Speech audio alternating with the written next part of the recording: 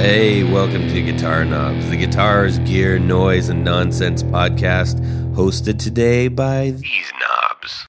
Tony Dudzik, Pick Guardian. Hey, everybody, it's me, Todd Novak. Welcome to the Guitar Knobs podcast. We're thrilled to death that you're listening to our show. There, I said it. Boom. Okay. We got a good time ahead of us. Besides the fact that I'm here for Tony. Yes. I'm just here to support you. Thank you. Yes. I appreciate your support. And then we're going to talk about a bunch of gear and a bunch of guitar stuff and anything you'd like to add to the things that we talk about before. Well, we like to get the story behind the story. Yes. You see, we talk to boutique builders. We talk to authors. We talk to bigger companies as well. Yeah. Just, it's really interesting to see. Sometimes there's some correlation. Sometimes there's two different paths. Yeah. But speaking of that, we're going to have a real good one coming up, apparently, I believe. Who's that? Reckenbacker. Yes. Yes. The. So, anyways, we got lots of. We're so packed with stuff moving forward in the next couple. Oh my gosh, it's gonna be great. You might want to take some a little more fiber in your diet. What? Okay, moving forward, we've got a great guest tonight. We're going to introduce that guest right now. Guest, who are you? I'm Randy King from King Electric Guitars. All right, where are you calling from tonight, Randy? The wonderful town of Griffin, Georgia. Griffin, Georgia. Yes. And everybody look to the right and try to figure out in their brain, do I know what that is? Where are you in regards to Atlanta? 1 hour south. Okay, so if you're driving 1 hour south from Atlanta for any reason, just yell, "Hey, what's Randy!" up, Randy? Yeah. He might hear you. You never know. Where can people see the things that you do, Randy? The best place right now would be my Instagram, which is King Electric Guitars. Facebook. I do have a website, but it is way far behind because building guitars takes a lot of time, and the person that does mine is also rebuilding a studio, so that's behind. But any of my social media has up-to-date stuff. Okay, sounds good. And that's King Guitars on King Electric Guitars. King Electric, that's right. That is a distinction. So everybody, Yes. It's King Electric Guitars. Yeah, there is another line. I believe it's Cortez that makes guitars that just say King on them. Yes. And that's not me. That is not. Okay. Look for a big burly bearded bro on the. That should be a T-shirt. You should make that T-shirt and just wear it around. Just my own face. Yeah. Just the words. You know, like how they do, like they list the band names or the members of the band. You know, Left Justified, and so like I'm cool with the band because I'm not even saying the band. And if you know these people, then you know you're cool with me. You could do that. I've spent way too much time on this. All right, we are going to find out what's going on with announcements right now. Do you have any announcements, Todd? No. Okay. Other than I've been speaking to a lot of people that I've been trying to get on a show, and I'm excited about. What language have you been using? Just Todd. Todd language. Interesting. Yes. And that's really kind of it. I know the next question you're gonna be like, but what's going on with the Gullah guitar? We are trying to sort that out. I really don't want to. Hopefully by the time you've heard this, yes, I will have updated everybody, and it will be would have been sorted out by that, and hopefully sorted out. Yes. We really didn't have any idea why this has been so complicated, but I don't know if it's new laws or whatever. But no. Tony says no. It's always been okay. that way. It's always been that way. Well, just bear with us. Yes. Management is trying to handle it. We're getting there. Our crack legal team is on Tony the ball. said, you should call a lawyer. And I'm like, right. Anyways. That's all I'm saying. I know. All right. Okay. Let's talk about what's going on in our music worlds this week. We're going to start with Tony and then hear from our friend Randy. Okay. Well, that sounds good. Well, this week I've been digging through the, what is this? That's a guitar magazine. I know, but I'm looking for It says what. Guitar World. Yeah, it's guitar. So it's the September 2026. Why I have it in July, I'll never know. Yeah, that's so weird. I mean, I don't ever understand that. But Is it bi-monthly? Is that why? no, it's every month. Oh. It's who knows. Anyhow, that's immaterial. Yes. But sadly, this issue reminded me that David Bowie died a little over 10 years ago. That's crazy. I mean, It seems much less than that. it does. And even worse, he died on my birthday. Really? Yes. Wow. So I'm That's scarred. like the third one. No, it's not the third one. Okay. That's just not true. Well, anyhow, I mean, there's an excellent article, certainly about Bowie and his various phases and different things, but more importantly, they go into a lot of details about the incredible guitarists that he played with over the years. I mean, that's people. My personal favorite. Do you know who that is? Oh, well, Mick Ronson. Mick Ronson. Of course. It's everybody's personal favorite. I dare you to say not. Yeah, I mean he's the king of Bowie. That Ziggy guy was like full of crap, man. Yeah, Ziggy didn't play no guitar. He just looked funny. Ziggy hired guitar. Yeah, Ziggy hired guitar. Standing to the left and right of him. Well, yeah, and Bowie, by the way, was no slack on guitar. He was an incredible rhythm. Slouch? Is that the word you were looking for? Slouch. Okay, yeah. A slacky sloucher. A slacky sloucher. Yeah, but he had a knack for hiring really incredible players. Yeah. Ronson, of course, was more than a player. He was the arranger. He was, on what I consider Bowie's best albums from 70 to 73. Okay. He also had Earl Slick, Yeah. Robert Fripp, Adrian Belew, Stevie Ray Vaughan. Wow. Who's that? And Who? Some guy from Texas, I don't know.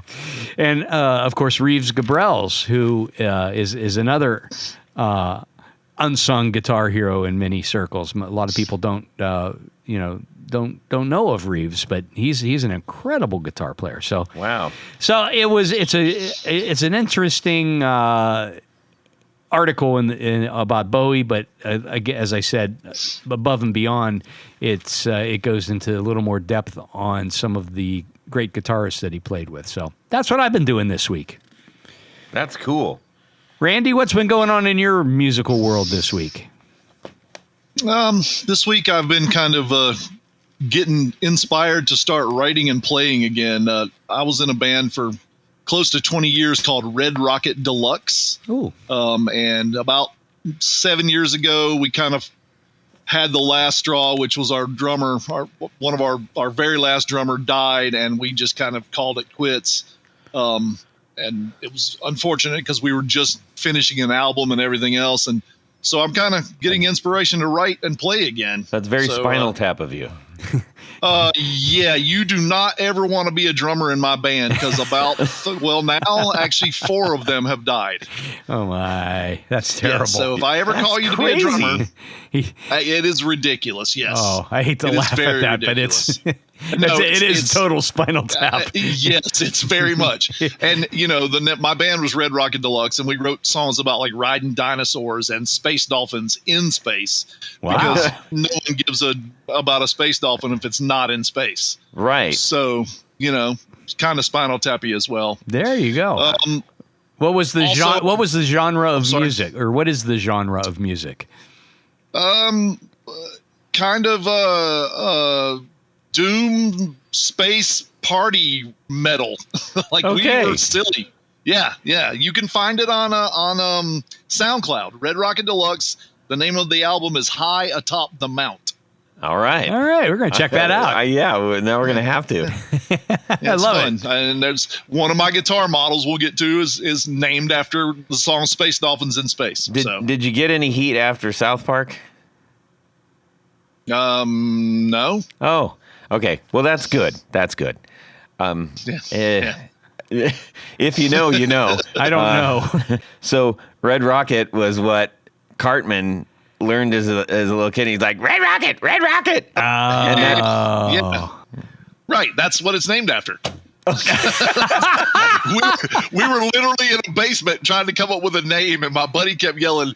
You should call yourself Red Rocket, and I just wanted the word deluxe in a band name, and so it turned out to be Red Rocket Deluxe, and it's the most like rockabilly sounding band name ever. And I'm a big dude with slick back hair, looks like a big ass Elvis. Excuse me. Yeah. So it worked. So excellent. Tony, ask me. Tony, ask me now. Ask you what? Ask me what I was doing this week. Oh, Todd, what were you doing in your musical Follow the world script, Tony. this week? Follow the script. I have no script. All right. It's all up here. I was hanging out with Tony and Chase recently. I was kind of considering, especially after recording, I was like, I really want. I like playing the Viking live, especially, and it just feels right. The Hagstrom Viking, Viking, not just some Viking you pick up off the street. Yes, no Viking puts up a fight for me. No Vikings were harmed during this podcast.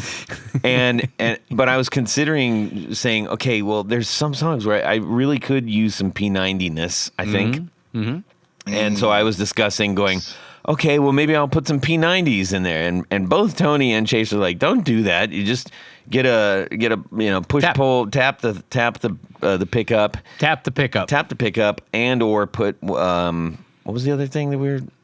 Both of them were taps. Series parallel. And so then I was like, well, maybe I can consider that. And I went home and I was like, wait a minute.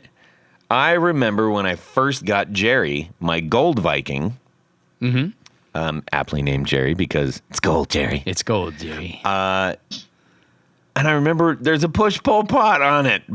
Okay. For both pickups, obviously. Yeah. So I was like, oh, fantastic. I'll just try that. Yeah, it didn't sound good.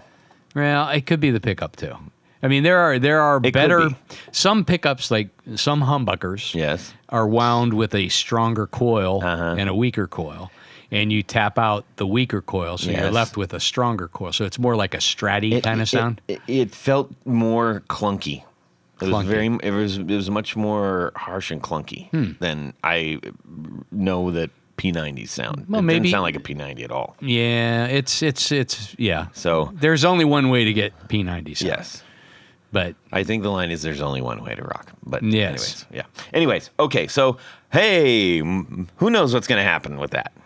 I'll probably try to put P90s or Filtertrons or something in that.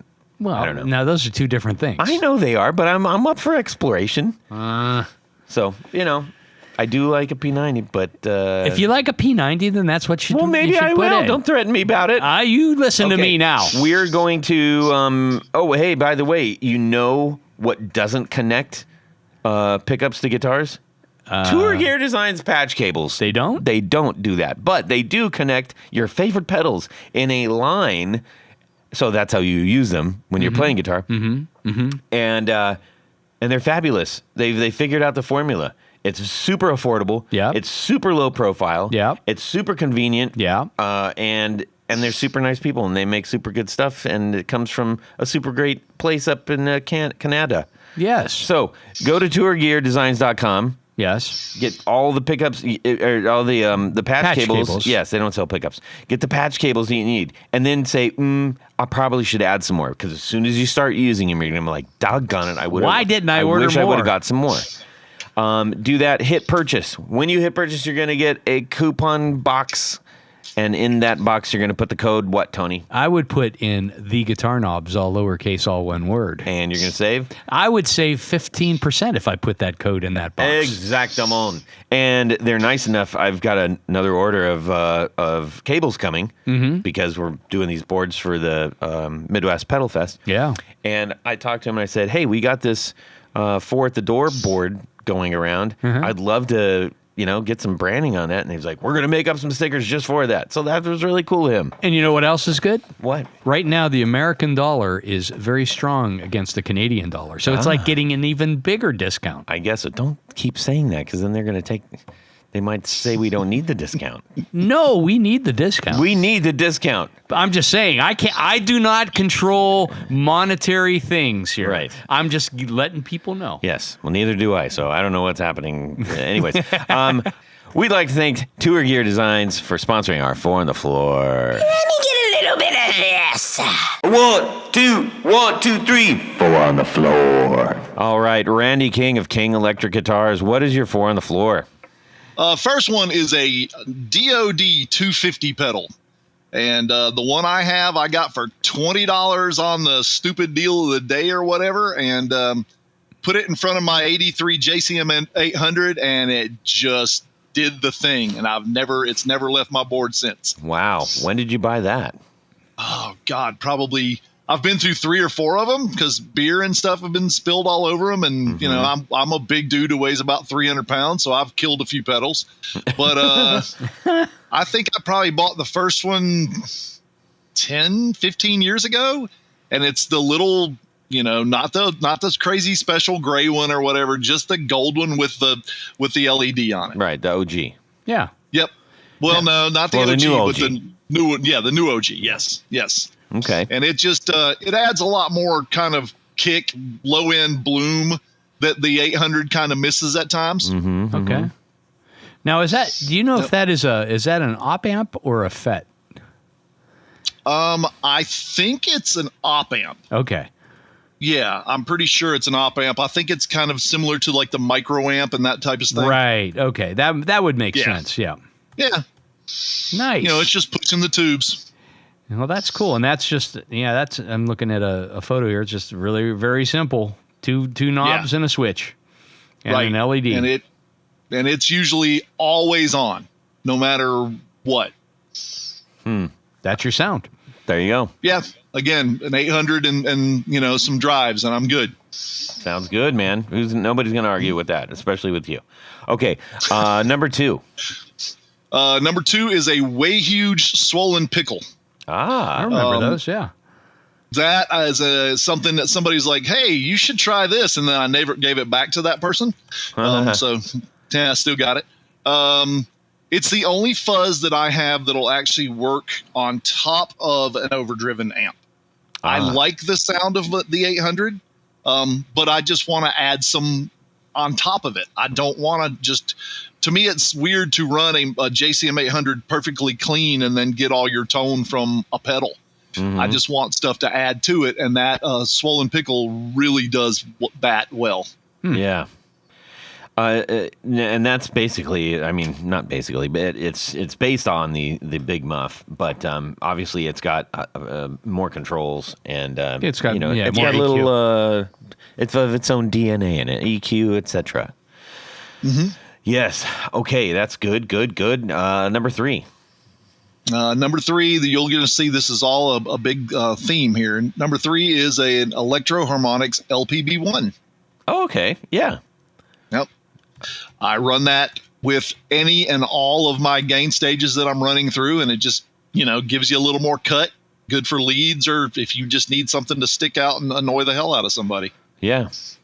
Well, and it's still one of those ones that's just like you can just count on it just boosting and getting out of the way. Right. It's kind of tough almost to just find just a regular one knob boost pedal anymore. They're still out there, obviously, but I mean they're not like nobody's going, hey, look what I made.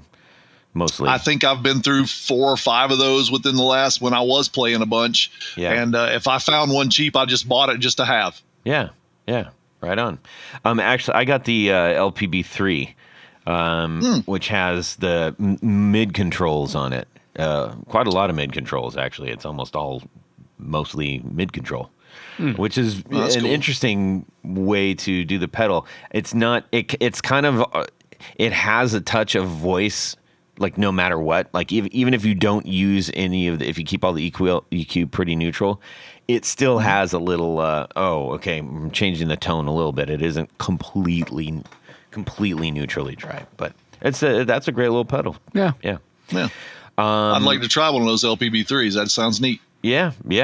What do you got for number 4? Number 4 on my board, it would be I have a Thomas Organ Company wah from the early 60s, and it is the best sounding wah pedal I've ever heard in my life. A friend of mine's dad said, hey, I got something for you, and then handed me this wah pedal. And I took it to the studio when we were recording, and I plugged it in, and I stepped on it, and everyone said, "Don't move it," and it stayed there for, tracking 5 or 6 solos that day. It's got just an incredible tone, but I refuse to play it out. So when I'm on stage, I use a Dunlop 535. Okay, yeah. But that wah's got a great tone. That Thomas Organ Company wah is incredible. Is that the top logo one or the front logo one? The Thomas Organ one, it's got a little logo on the front. Okay, gotcha. Just a little metal plate that has fell off 20 times. Yeah. It's funny because the difference between the top mount one and even the vintage, this one from the 70s, is about $1,400. Oh God, yeah, I've never priced that thing. That's just the difference between the two pedals. Yeah, when he gave it to me, I was like, oh my God, and I just kept it, and then I've used it in the studio, and right now it's back in the closet. But yeah, I won't get rid of it. But you talk about that money now, I might have to look into it. Yeah. Well, the Crybaby as we know it, we've really never talked about. We've not done a wah show, Tony. Wah 101. What are we doing? How did we not do this? Shame on us. Write that one down. Wah 101. Oh man. It's a 101. Yeah, it's a 101. But interestingly enough, when you said the Thomas Organ Company, everybody's like, I've never heard of that. Well, you have. They created the Crybaby, and then Dunlop bought it. Yep. So that one it's got the facial. I don't know what you call it. Facial. Yeah, it's got facial. It's got that guy. It's got facial capacitor in it. That's it. Capacitor. That's the word I'm trying to say. Yes. Jeez. Yes. All right. Well, that's a pretty solid rock and roll 4 on the floor. No one's going to argue with that. Right. It's something you could buy anywhere. It's you can buy anywhere, put it in front of any amp, and play just about any song on it. Yeah, I don't use any delay or anything like that. It just doesn't really fit my playing style. Reverb would be cool, but yeah, whatever. Yeah. All right, man. Well, we need to spend a little bit of time talking about the guitars that you're making. I realized I was way off mic right there. Sorry about that, everybody. Yes. Into the mic. Into the mic. Into the mic. Into the void. Okay. So first of all, is it hard? Is it like you said you're a really big guy? Yes. And you're down in the South. 6'4" and almost 300 pounds. Okay, so that's almost as big as Jared. Yeah. Which is, I'm trying to that's very big. That's very big. You know what's funny? Last time I was down visiting Jared, we were at this restaurant, and we slid into this booth of this guy. The waiter was huge, but he was still not as big. He wasn't as big as Jared, just by a hair. And we sat down, and I said, "Did you guys have a secret big off right there? Were you, is that a thing?" And I was on it. It wasn't. I wasn't throwing shade. It was a genuinely. It was a real question. Yeah, but Jared has become svelte. He is much svelter. That doesn't make him any less, But he still has to duck when he walks through doors. Yeah. Yeah. But yeah, he's doing I talked to him just not too long ago. I know. And I'm going to see him this weekend. He's eating all this. He was on a treadmill. Yeah. What? I know. Anyways, enough about that. Jared. But I do want to know, is that a thing with really big dudes, big dudes? Is that a thing? Do you kind of secretly big off? Yeah. There's a situation not long ago where I have a YouTube channel, and we were doing some demos of some guitars, and I called 2 of my friends to come, and both of these dudes are red hair and ridiculously good players, and they're both taller than I am and about the same size as I am. Wow. And then the guy, Ryan, aka Jimmy Ether, whose studio that I normally work out of, he's taller than I am. So out of 4 dudes, I'm the smallest person there, and that Wow. never happens to me. The only time that ever happened to me was one other time when I almost had to fight a rugby team in Cookeville, Tennessee. So, yeah. You don't want to fight an entire rugby team, I'm telling you. Well, that's what he said he almost did. Well, the thing was, I was looking at these guys. They had me trapped in the outside, and I was trying to get by them, and they were trying to start a fight. And I was looking at them all, and I'm going, I am the smallest person here. And I'm looking at every one of them, and somebody goes, what are you looking at? And I said, well, I'm trying to see which one of you have the softest nose, because one of you is going to drop before I get killed. And that's, that was the end of it. And I cut out some expletives there, but because I'm trying to behave. But yeah, that's the only thing that saved me that day, because I was going to be in for a hurting. Oh, boy. Yikes. All right. Yeah. Well, thank goodness that's not happening right now. It's just us. It's just me and Tony. Yes. Nothing to fear. No. We won't hurt I don't feel you. too threatened right now. Yeah, good. And plus, I just left my counseling, so I'm good. So you obviously you love you love rock and roll. That's probably a fair statement. Yes. Yeah. I'm a rock. I grew up in Macon, Georgia, which is where the Allman Brothers come from. So you had to be into Southern rock and Kiss and that kind of stuff. When I moved up here, or when in my younger days, I was a metal head, but more of a hair metal kid. And when I moved up here, I got introduced into punk and hardcore and that kind of stuff. And that's kind of my love now. But I love rock and roll. Yes, all forms of rock and roll. I just love music, and I love the fact that I can make instruments that people use to make music. It's kind of a new chapter for me. Yeah. It's my new way of expressing myself, and it's been a really cool 4.5 years so far. And I'm just trying each one to get better and move forward. So if I'm hearing you right, you like both kinds of music, country and Western. Western, yes, absolutely. Nice. Okay, so where, just out of curiosity, where did you kind of get the bug?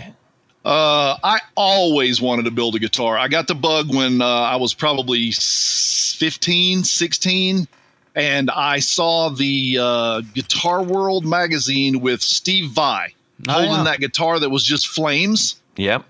And I just got my first little Series 10 Stratocaster, and I'm like, this thing sucks. I want this. And my dad was a woodworker, and I'm like, Dad, let's make this. Plus, he was into cars. I'm also a huge car head, gearhead. And, Yep.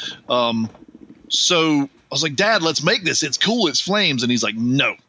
But we always said we were going to build a guitar, and unfortunately, we never did before he passed away. And then I was, I got into bands when I moved up here and was playing and doing all this kind of stuff and just trying to get better gear. And I always was like, God, I should just make my own. But instead I bought, Les Pauls and stuff and went broke doing so. It was always in my mind to do this. And then the day my dad died, I was like, well, I'm wasting time. And that was 7 years ago.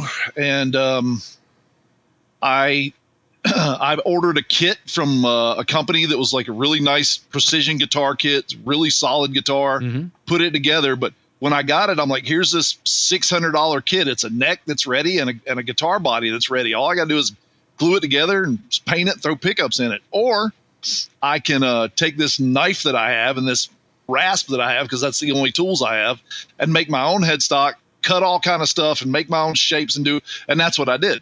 So I don't leave anything, I couldn't leave it alone. So from there it was like, well, I need to figure out how I can do this. And so about 7 years ago, I really started this journey. And aside from you probably got a lot of input from your dad as far as obviously you started after, but or right around the time that was happening. But you watched your dad do woodwork. Yeah, as a kid, but I'm the last of 5, so I was way too young to use a lot of the tools he was using. Yeah. But I sanded, so I learned how to sand. I sanded. And if you don't know how to sand, you cannot build a guitar. Yeah. So that was. Well, you can build it. You're just not going to. You have to hire somebody to sand it. Yeah, and finish will humble you real quick. Yeah, for sure. That's kind of like when I used to help my dad work on cars, and my job was to hold the light. Oh my Yeah. God, Yep. you knew you were in trouble. You knew you were getting screamed at some point. What are you, stupid? Yeah, trust me. And my dad was 6'8", so he was like, oh, Wow. cowering down. But that's all right. My mom was 5'4", and I was more scared of her than I was him. So that woman packed a punch. So you got some pretty interesting guitar shapes that thank you. I would say maybe somewhat unconventional, somewhat familiar. Tell us about influence on your stylings. Okay, so I got 3 models. It's technically 4, but one of them was one of the very first things I did, of course, was build a T-style guitar, because that's the right way. It's the easiest kind of thing to build, and I really like those guitars, and so I built 2 or 3 of them, and then I got an order from a friend of mine who happens to live in France, and I was like, you know what? I'm not going to send a guitar that's an exact copy. I'm not doing that. I built 2 as prototypes, and that's it. So I just started kind of looking at the body shape and, of course, the headstock shape of that guitar, and how could I change it? And I just kind of hate everything to be so symmetrical, like the bottom bout of a T or of a Les Paul, or all those. They're a little too symmetrical for me, so I just started kind of playing with lines. So that was the first one that I did, was the what I call my Taurus shape. And then I have another guitar called the Futura. To tell you like about the cars and my dad and what all that meant to me, that body shape, if you were to put that body shape against the back of a 1963 Ford Falcon convertible, which is what we owned, you would see that the top bout is actually the fender line of that car. Ah, right on. So I drew that whole thing around that. I drew that line, and I kept looking at it, and I kept looking at it, and I kept looking, and then I just kept drawing from there.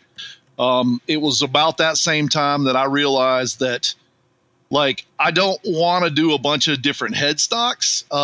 I really thought it was cool when Gibson was doing like the V headstock on a Les Paul, or different types of headstocks, the hockey, all the different headstocks. And I was like, well, this is kind of my idea of a LP, so I'm going to use the same headstock. And at that point, I made all of my headstocks be a angled back 8-degree head tilt on the headstock. So instead of having different ones for each model, they're all basically built the same way in some sort of way. So that was all. That was just my love of cars on that one. So, and then that same model, I have what's called the Futura has a raised center section. And like most people Firebird. automatically go to a Firebird. Right. I knew that was about to come out. But actually, the very first guitar that I ever saw that raised center section on was a Robin Machete. Oh, I forgot about those. You're right, though. Yep. It's the very first thing. And I was like, this thing is amazing. And it had that ugly headstock, but that Robin Machete had that. And I was like, oh my God. And that always stuck with me. Oh yeah. Sorry about that. That was my bad in case somebody comes in here starting something. But yeah, the Robin Machete was where I get that from. Oh, that's cool. And then the Futura 2 is basically the same body, but my version of a special, or a junior, I should say. Gotcha. So instead of having the raised center section, it's got this kind of cutaway around where an arm carve would be. So instead of having an arm carve, it's got this cutaway that's bound. And also on the Futura 1, the raised center section is bound as well. Yeah. So it's funny you mentioned yours is your 63, because the car that I wanted, I almost bought, but my dad ultimately wouldn't let me because the engine was too souped up. 64. I love the 64. Oh man. Yeah. That was, well, mine was actually my jam. Mine was actually a 63 and a half Falcon Futura convertible, and that's where the name Futura came from. Yeah. Yeah. I would kill to have that car back. Yeah. Good looking stuff, man. Yep. People, it's funny. So the only other car that I really ever was trying to get my hands on that I couldn't was the 63 and a half Galaxy. 64 and a half Galaxy convertible. Yeah, I mean, love those too. ugh. The early Ford stuff, the early 60s Ford stuff just had that space age style, which if you look at my guitars, you'll see. Yeah, it looks I'm like a it's huge fan moving, of. standing still. Yes, that's exactly kind of what I'm going for. I also, one of my influences was I had this really cool neighbor when I was a kid, and I'm talking like 8 or 9 in Macon, Georgia, and he had a 79 Camaro, gray and silver with like Keystone mags jacked up in the back, and he had a triple stack Marshall with a Les Paul and a Strat, and he would leave the door open and just blare it. And I'm like, this dude is the coolest guy ever. So there's a little bit of his Camaro in some of these designs as well, because that really stuck with me. Yeah. That's cool. Now you also get pretty creative with the finishes and stuff. Yeah, I do. I did the first probably 5 guitars I did were actually fabric topped. I always loved the pink Paisley Telecaster, and if I could have afforded to buy one when I was younger, I would have, because I would have been the huge dude on stage in a punk band with a pink Paisley Telecaster, just daring somebody to say something. You know what I mean? Yeah.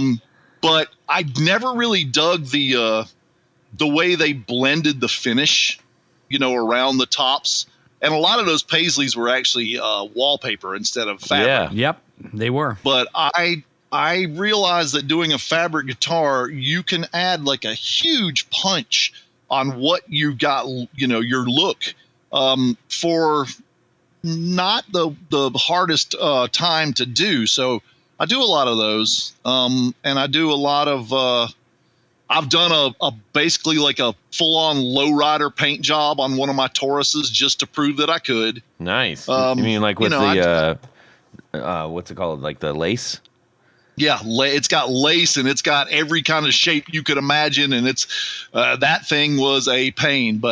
And I looked at it the other day and went, yeah, it's cool, but it needs to be sanded down and re-cleared because I didn't quite have the technique down. And, so right now I don't own anything of my own that is finished and or to where I want it to be. So. Huh. So what are you playing out what do you play when you're playing out? I haven't played out in years.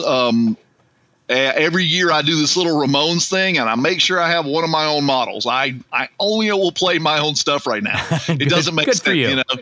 Yeah, I worked hard to do this, and I really like the stuff I'm building. So, I have a couple really nice Gibsons sitting in a closet right now that I'm sitting there going, well, one of these would pay for the staircase that I need to add extra room in my shop, and maybe I should do that. But I also lost a first wife and went almost bankrupt by buying this, but whatever. Yeah. Well, that's, you never know. You never know what's going to escalate in price. The cars that we were talking about, back when we were teens, we could have picked up any of those for, $2,000 to $5,000. Yep, that's what we bought that Falcon for, $2,500, and right now it's probably worth $30,000. Oh yeah, for sure. Yep. So hang on to that stuff that you still like. Don't give it up. Yeah, I've got a nice standard that I might sell, and because it's funny, I ended up buying a studio with a broken neck and fixed it, and I played that the rest of the time. I threw a Moon Eye sticker on it, and that was my stage guitar. That's cool. That must have been hard to play with wearing a neck brace, though. Sorry, I had to do it. The guitar had a broken neck. Todd. Yeah, sorry. Do I have to explain everything? So, tell us about some of the materials materials and hardware. What are you preferring these days? When you say materials, are you talking about the woods? Okay, I'm sorry. Sure. I really, really like on my Space Dolphin. I really like to use swamp ash. I try to find really nice, lightweight swamp ash. or alder is what I normally make those bodies out of. The necks on both the Space Dolphins and the Tauruses, I almost insist on using roasted maple. Now I can take the roasted maple and I'll, make 3-piece, 5-piece necks, whatever kind of thing, and put different stripes in there. And I like to use little pops of color, stripes down my neck, stripes underneath the fingerboards, that kind of stuff. But I really like the roasted maple. It's great to work with. It does not move. And it also makes the shop smell like an old tinderbox. And my dad used to smoke a pipe. So, it's kind of cool, too. Yeah. I mean, sonically, do you think it provides any advantages? I'm one of those guys where I believe that the sum of the parts makes everything. But do I completely believe in the tonewood thing? Depends on what day you catch me on. I can tell you that when I build these guitars and I hand them to somebody and I walk 15 feet away, I can still hear the guitar ring.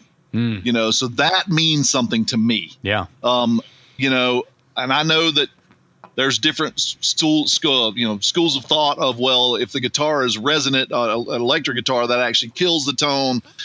There's so many different things you can do, but I just like the feel of it. The other thing is with the roasted maple, I just put some oil on it and it's done. There's no finish over it. There's no nothing. So you're literally touching bare wood other than a little bit of like stuff the same oil you'd put on a cutting board.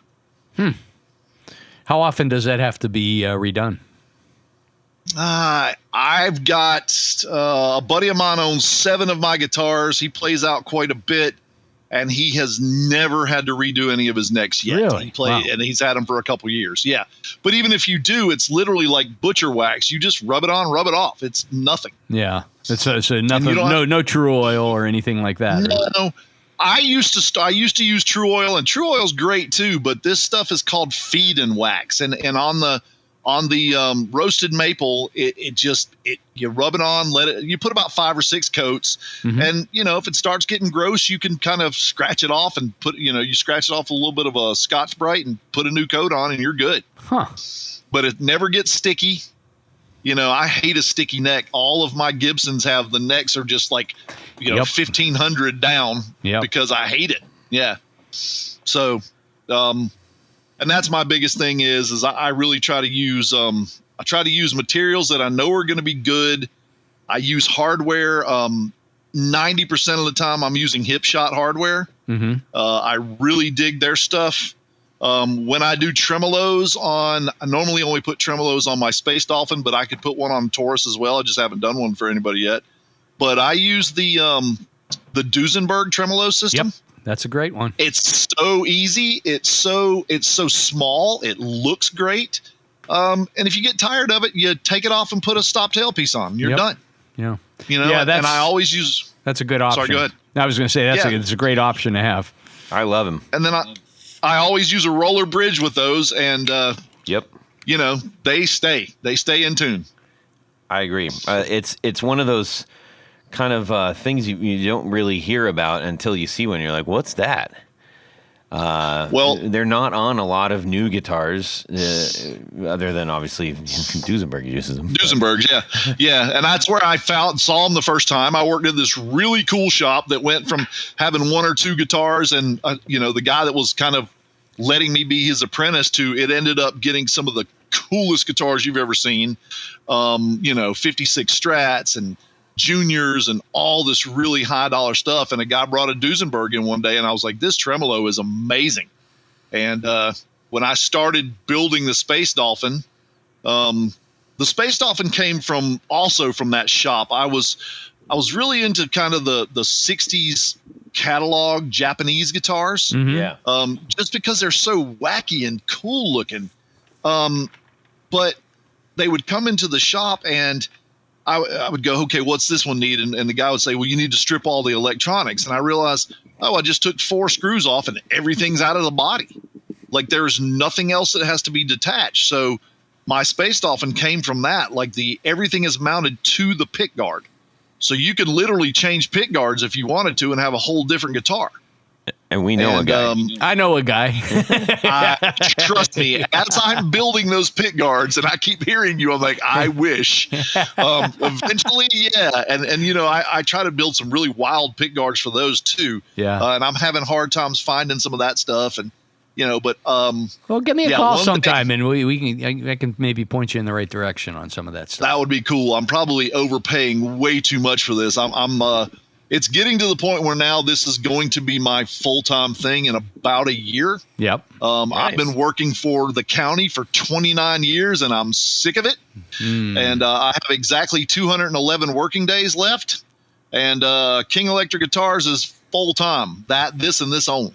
Nice. Well done. That's got to be a good feeling. Man with a plan. Yeah. So it's been a wild ride. You know, 2 years ago, I had this crazy idea that I was going to give one of my heroes a guitar. And was that 2 years ago? Yeah, 24. And that person happened to be Chuck Reagan from the band Hot Water Music. Oh, yeah. I love those guys. You know, they're just best guys in an incredible band. And I was really thinking about who was somebody that I would want to get a guitar to. Mm-hmm. And so without him knowing, I built him a guitar. And May 15th of 2024, I walked into the Masquerade in Atlanta, Georgia with a guitar. And I said, Chuck, I made you this. And he looked at it, and I think he thought I was insane. And then he pulled it out, and I know he was thinking, God, what is this thing going to be? And he pulled it out and picked it up and was like, oh, wow. And so he started kind of playing it a little bit. And then they had this acoustic thing to do. And the whole time they were playing that in front of us, he just kept looking at that guitar and smiling and pointing at me. And that got over. He jumps up on stage. He like pushes everybody's gear out of the way, and he plugs into his amp and he starts playing it. And I was like, oh my God, I teared up, you know? And the craziest, like you couldn't imagine, like this is a like movie moment in a lot of ways. Like he played that song. They walked out on stage and he picked that guitar up and started playing it. And I was like, he'll play it a couple songs, but still, that's incredible. Who does that? You know, that's really cool. That's really cool. He played it 21 songs. It never went out of tune. Wow. Which model was that? It's the Futura 2, which I made for him. Okay. I had the original Futura. See, I use my guitars as platforms, and then I customize that much like cars. Right. You know, you had different models, and you had different trims, and so that's what I did. So I made that guitar for him, and he picked it up, played it the whole entire set. I threw it all over the internet and was like, please, if anybody sees him playing this anywhere else, please let me know. Well, I got pictures, and he played it that whole tour. I then got a call from their other guitar player, a guy named Chris Cresswell, who plays in Hot Water Music and in a band called the Flatliners. And he ordered a Space Dolphin. So I took him a Space Dolphin, and then I got to see both of my guitars on stage at the same time. That's awesome. And then I built Chuck another guitar that this one had. I did a little bartering with his brother to do some electrical work in my shop because my shop keeps popping breakers every 5 minutes. And this one actually has his parents' ashes in the guitar in several places. That's amazing. And so took that to him in the studio, and he immediately threw the other stuff down because he had some brands that start with a G. He threw all them on the ground and started playing that one. And they just got back from Japan, and he took 2 King Electric guitars with him, and that's what he took on tour. Wow. That's I went from, going, I want to get a guitar to somebody, to now all of a sudden I'm getting people going, you're that guy. And when will this come out? Any ideas? This is going to be, hang on a second. I can tell you exactly roughly what date this is, everybody, with bated breath. Everyone is listening to this. I'm pretty sure this is coming out the week of the 10th of August. Perfect. Because on August 5th, I am taking a guitar to Walter Schreifels of the band Quicksand, who is another one of my huge influences. Yeah. And those two guys kind of hooked me up with that situation. So I I'm going after the people. I say going after, but I'm kind of targeting the thing that I'm in, the rock and punk rock and hardcore scene. There's tons of guys who make guitars for metal. There's tons of course, you can play. I happen to have one of my prototypes that are on tour with a guy that plays in a country band. So, out of, I think I'm on number 22 right now, and 5 of them are touring the world. That's not horrible. That's pretty impressive. Yeah, and it's also, that's tricky when you go after your heroes and stuff. That adage can be very, very true, and that can ruin people's have been lied to. Yeah. Well, it's funny because about a year after I got Chuck his guitar, and I was taking the other guitar down to Chris Cresswell, I met up with him, and I'm backstage, and I'm like, oh my God, this is and because the night I took the one to Chuck in Atlanta, he was very appreciative, but I never saw him again. So now I'm actually hanging out with him, and he's like, come have a beer with me. And he starts telling me, he's like, you're not the first person that ever built me a guitar. And I really didn't think that this thing was going to be anything to, even look at, much less play. And he's like, it's my favorite guitar I own.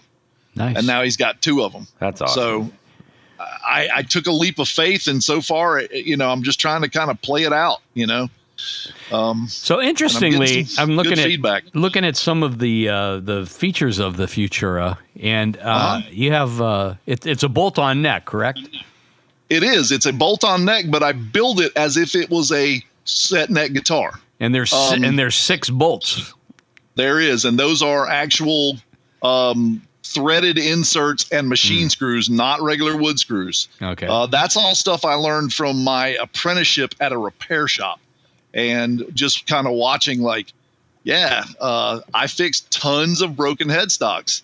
And if you look at my guitars, you'll notice that the headstock angle's not as deep as certain brands. And also, if you look at mine, you'll notice that the truss rod does not go into the area where the volute is. Mm-hmm. The truss rod's actually on all my guitars is actually in the 21st fret. Huh. So that is now it's an 8-degree headstock instead of a 13 to 17. There's nothing there taking any of that meat away. The volute on my guitars is basically because I think they look cool and they feel like home to me. Yeah. When you slide your hand up, you hit it and you're at home base. I like that. That's really interesting. So you've got, is that it? I'm looking at another photo here, and you have like a wheel at the end. Yep, it's a spoke. All of them have a spoke truss rod. Interesting. And it's actually built into the fretboard. It's not like just kind of sticking out of the end of the neck. Right, I see that. There's like a notch. Have you not seen those before, Tony? No, I've seen those, but not like this one is done. Okay. See, that would be much easier if I just hung it off the end of the neck. But I don't do things because it's easy. I like challenges. So all that, I have 0 CNC, nothing like that. I literally have tools that I have been begging and borrowing and stealing. And then my aunt bought me a nice bandsaw. Other than that, everything I have here is kind of secondhand, and all of my tools put together wouldn't put the down payment on a CNC machine. Yeah. So I'm doing everything by hand.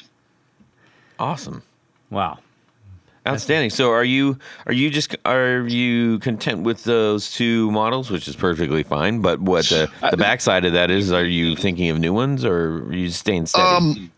So I have 4 models. I have 3/4. I have the Futura 2. I have the Taurus, which is my T-style, and then I have the Space Dolphin. Okay. So I actually have done some new tweaking to my Taurus model. Because it just wasn't quite everything I wanted when I first did it. Yeah. And then, there's been a lot of talk recently about certain companies coming after people. And I wasn't really worried about that because I've changed quite a bit.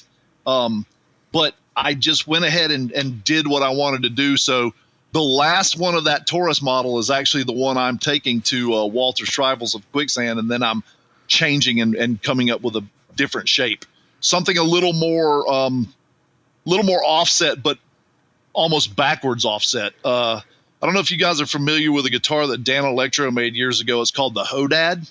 Oh yeah, I remember those. Yeah. So remember how it looks like a Mossrite, but kind of upside down where your arm would be, or the arm carve is? Mm-hmm.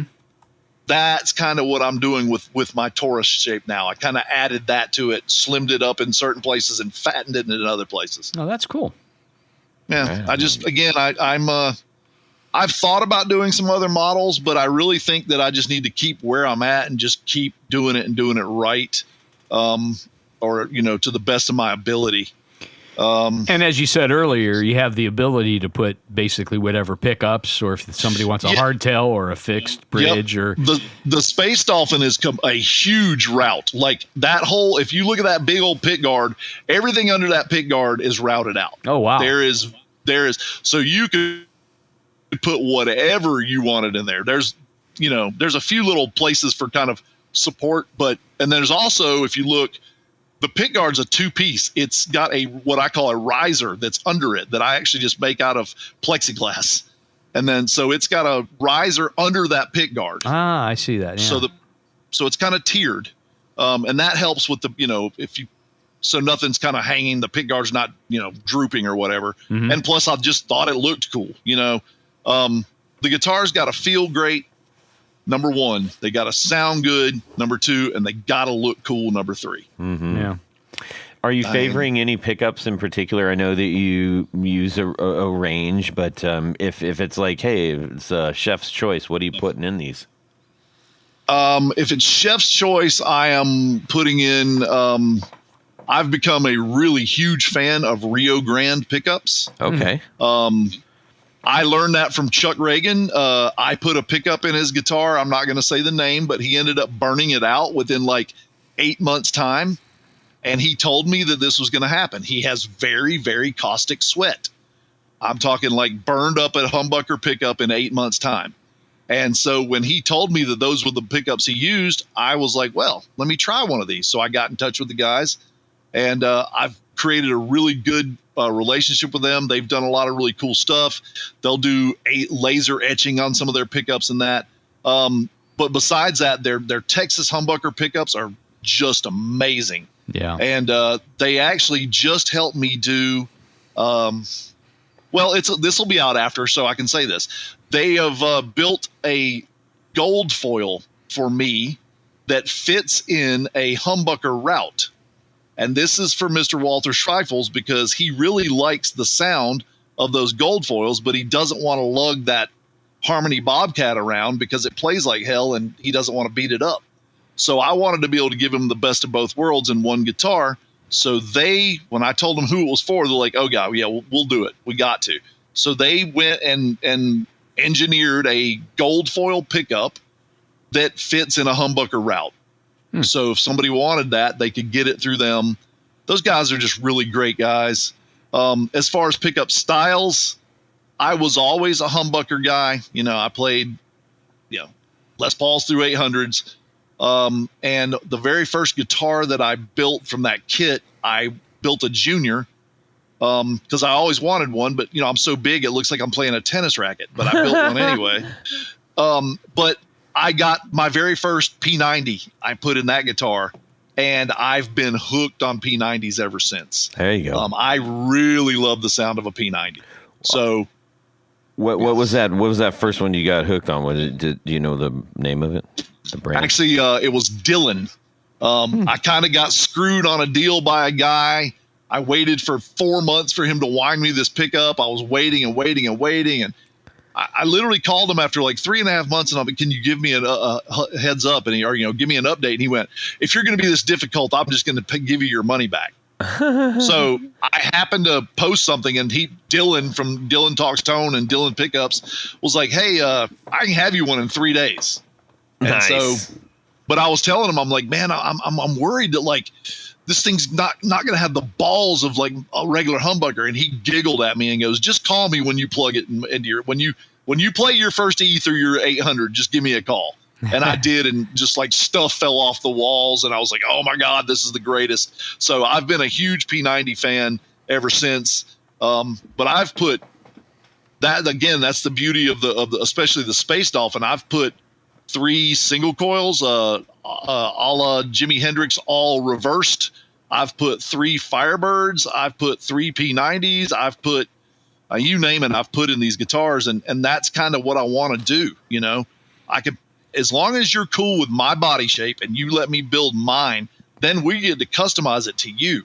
I even allow people in my shop, and I literally carve the neck to their hand and then put a piece of 220 in between their thumb and their finger and let them sand their neck till it fits their hand perfectly.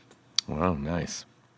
So I don't know if you know the history of Rio Grande pickups, but we talked about it when I think I was reviewing the Robin Guitars book, and the founders of was it Rockin' Robin's Music in Texas? They also started Rio Grande pickups, and they'd been making great pickups for years and years. And I think one of the founders passed away not terribly long ago, and his wife and son, I think, resurrected the Rio Grande pickups, which were always really cool. I've got a set of it's a humbucker set, but it's got a molded celluloid cover. Yeah, I remember seeing those in the Guitar Player's Guide years ago. I remember like looking through them, and that Rio Grande always had the crazy like pearloid pickups and stuff, and I was like, those things look so cool. So when I actually started working with them, I'm like, oh, that's cool. So I've got some ideas of maybe blending some of my pick guards into some of their pickups and putting it in a guitar. There you go. Yeah. Right on. Yeah. Right on. There's always something baking in this giant head of mine. So okay, so here's a question for you. Again, chef's choice. Are you nickel or chrome? Nickel. Okay. Good choice. Yep. Right. I like nickel. Yep. Good. Yep. And I use on my, again, like I said, I really dig the Hip Shot hardware. I use their open gear locking tuners because they look classy as hell and they're just so easy to use. Yeah. And usually people get them and are like, oh, why did I never have locking tuners? Why didn't I? I could get a set of tuners for, I could save $50 on some tuners, but I don't want to do that. I don't want to, I could get hardware way cheaper. And it'd be decent hardware. But like, again, I built a guitar that a guy did not know, never played a day in his life, and played it on stage and has continued to play it on stage for the last 2 or 3 years. Yep. That tells me, and I knew when I gave it to him, his other guitar player said, he's going to beat the hell out of that thing, right? And I said, yeah, that's why I gave it to him. And actually I have a YouTube channel, King Electric Guitars, and there's a video about that, and he literally shouts me out that night. He's like, I'm trying to beat the hell out of this thing, and it won't even go out of tune.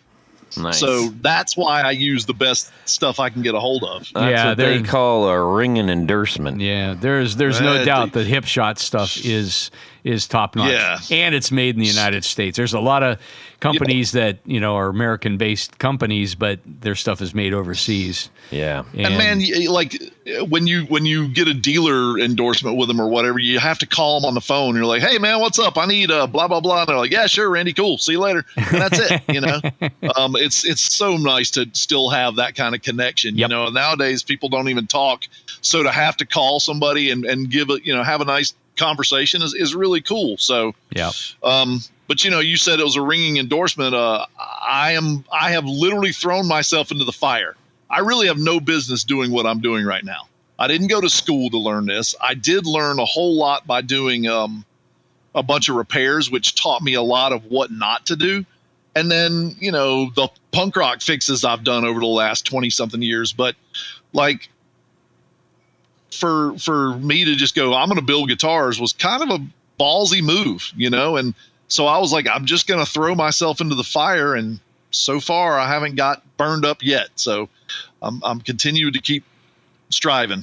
Right on. Okay. Final question. Sure. You're getting ready for one of your own gigs. You have to build a guitar. Which model and what features are you going to put on your guitar?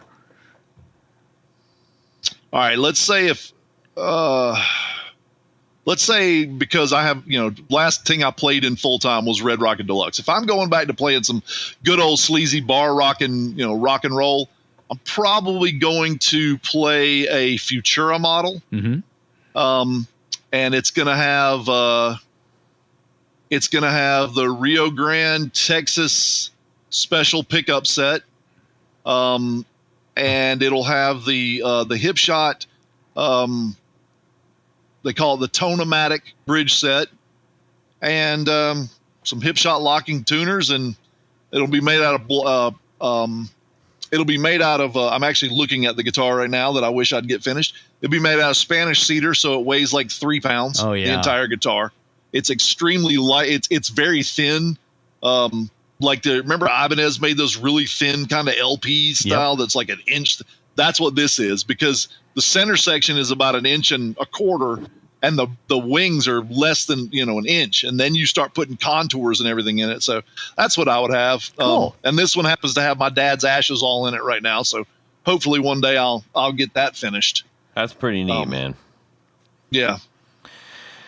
Well, this has been a pretty fun ride, man. It's been great talking Thank to you, you. learning about, not only what you make, but, the whole point is to get a sense of who's making it. And I think you've done that. For me, it's as much about the relationship as it is the guitar. So I really have to know exactly what my customer wants. I need to we have like a 2-hour conversation before I even start building. When they call to say, hey, I want a guitar, I tell them, think of the wildest crap you could ever think of.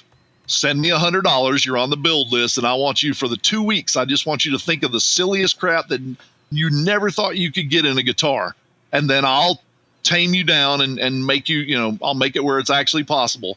But we can do all that, and then we go from there. So we have, a 2-hour meeting before I even start building.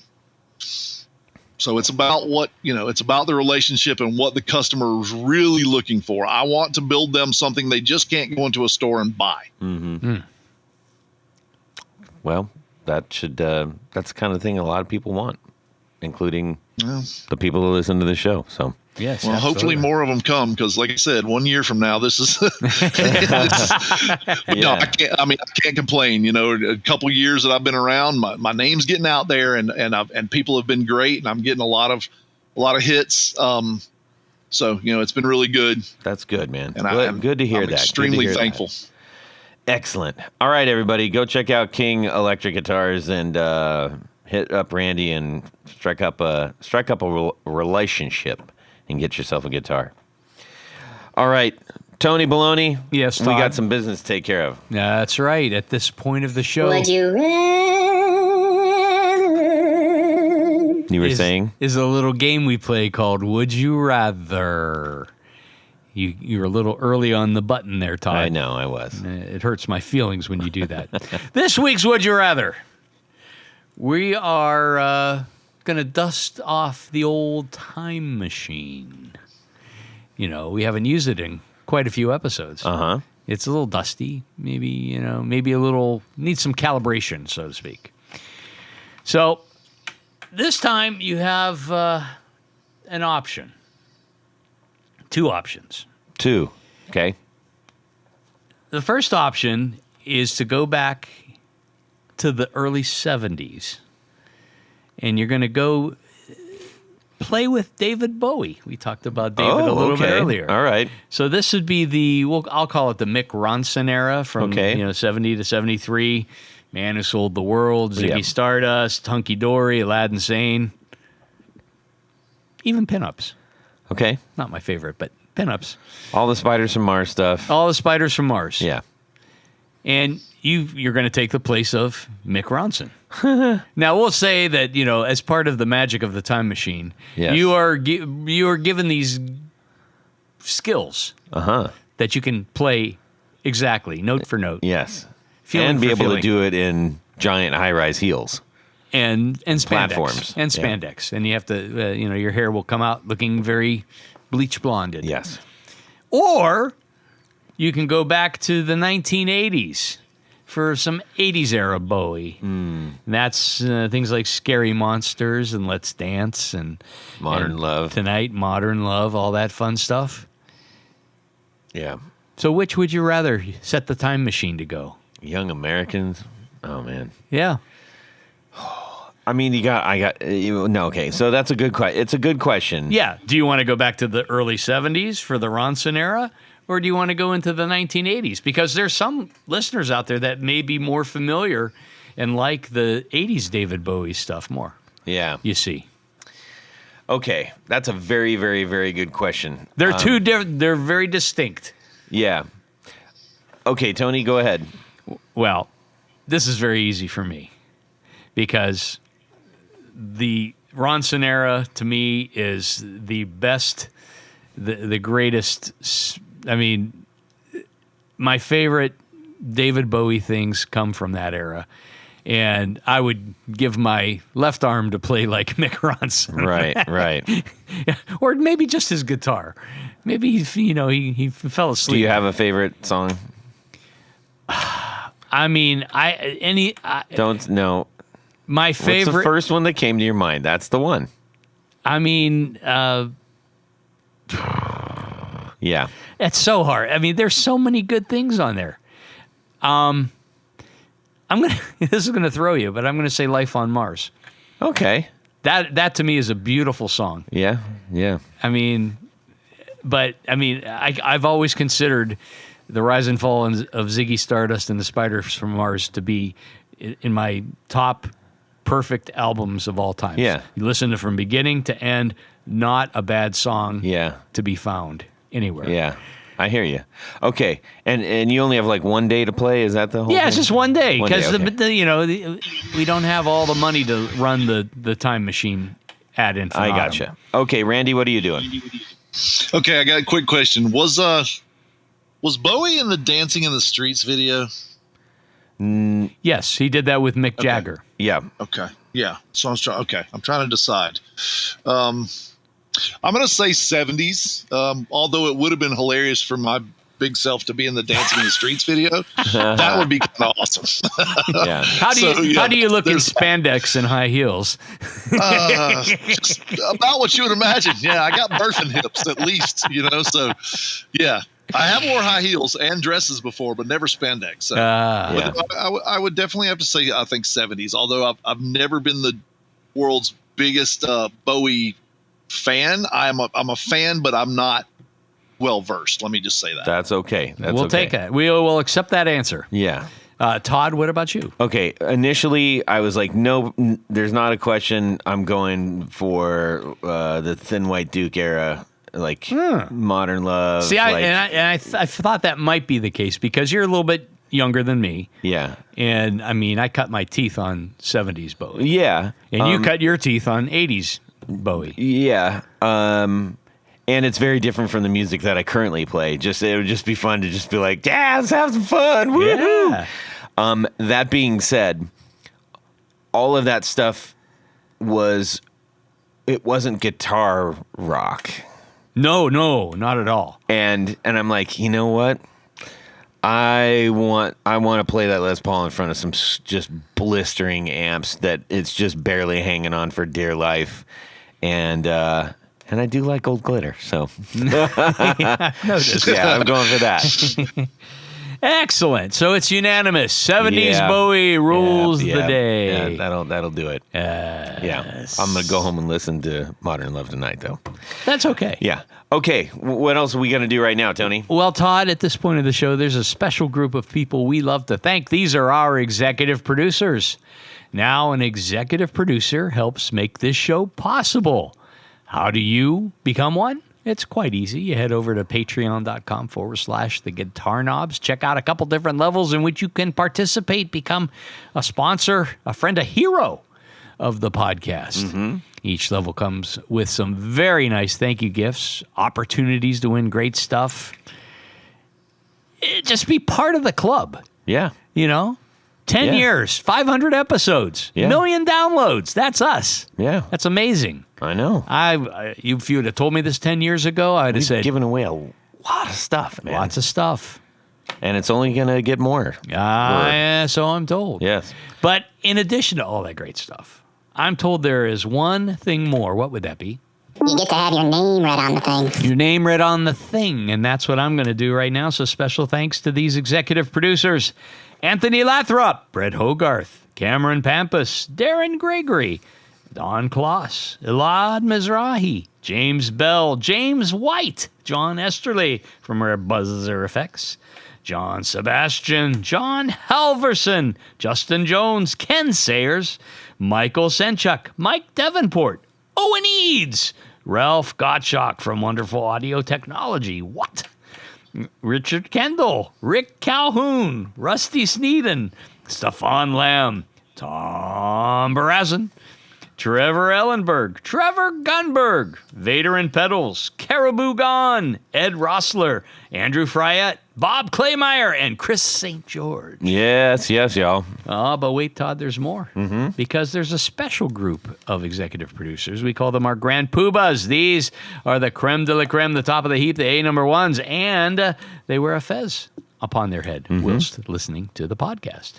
And they drink orange Gatorade. That is a prereq. We're swapping that out with some imported Earn Brew. Oh, I forgot. Did you find some? I did. Kroger stocks it now. Are you serious? I know, it's good. I know, it's crazy.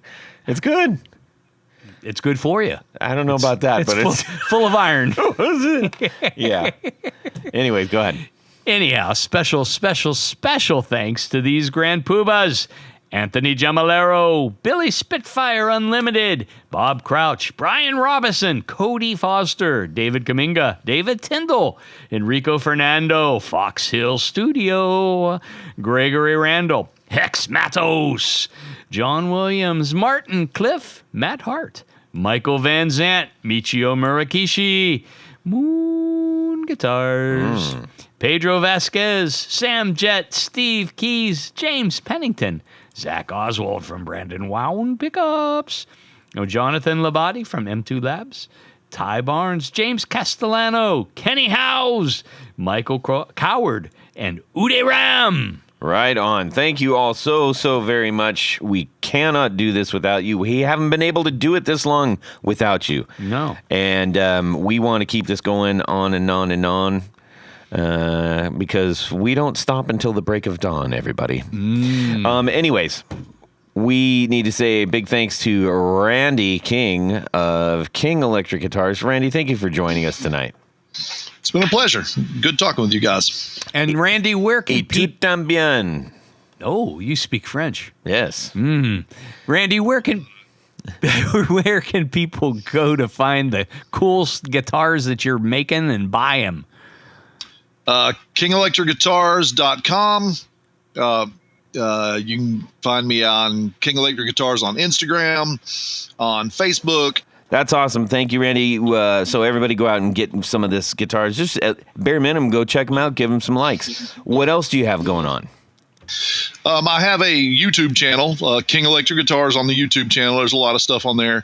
There's a lot of good videos. There's stuff showing that Chuck Reagan guitar and that kind of thing. But I also have a podcast called Fretful Dreams. That's FRETFUL Dreams.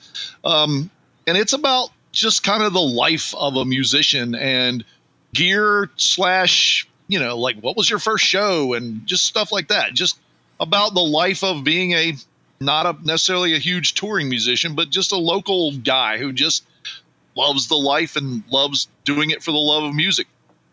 Awesome. All right, and go check that out, listen to that, and then go in either order is fine. Just go do both, everybody. Yeah, do it. All right, Tony Baloney. Head over to pickguardian.com. Check out the stuff that I do. What do? I make pick guards for guitars, you know. How do you get one? Shoot me an email. Let me know what you need, what you're trying to do, what pickups you're using, what guitar you have. That's kind of important, too. Yes. And I'll make something special for you.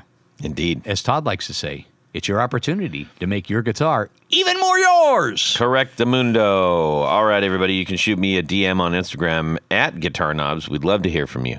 Tell us what pedals you're playing. Tell us what guitar you're playing. Tell us.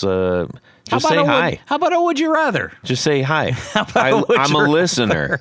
And a would you rather. Yes. We need some more coins in the would you rather machine. Yes. I'm going to start thinking of them and sending them in. They're going to be great. Trust me. Perfect. I love it. I love it. All right, everybody. It's been fun thinking about you hanging with us. When we do this, we are thinking about, especially all the people we just read off. Yeah. In fact, I was just having, I just got a text from Steve Keys when we were talking about that. So have a fantastic guitar week, everybody, and subscribe. Yep. That was probably a whole lot of what the hell? Nope. I'm following. You ought to get on because Okay, all right. Randy might be Cool your boots, man. waiting with bated breath. Can I have a soda, Yes. please? Pretty please with the cherry on top. Do you wanna pop? You wanna Shasta? Do you want a thrill? Do you want a wow? Do you want it all? Do you want it now? Did you call Do it? you want a pop? Did you call it pop? Do you want a Shasta? Did you call it pop or soda? Yeah. Yes. When we first came on, we did hear it. It sounded like somebody was spraying a car with a hose. Okay. You know that sound? Yeah, I may have to turn these off and just sweat. Well, that it sounds it sounds okay right now, and you know what? I'll throw a gate on it, which should negate. No, All right, you know, that would be. Yeah, maybe that's why they call it a gate, because it negates it. Well, that's an honest question. If you just Google Griffin, Georgia, you'll find some really hilarious stuff. It's pretty much known to be a hellhole. Everywhere.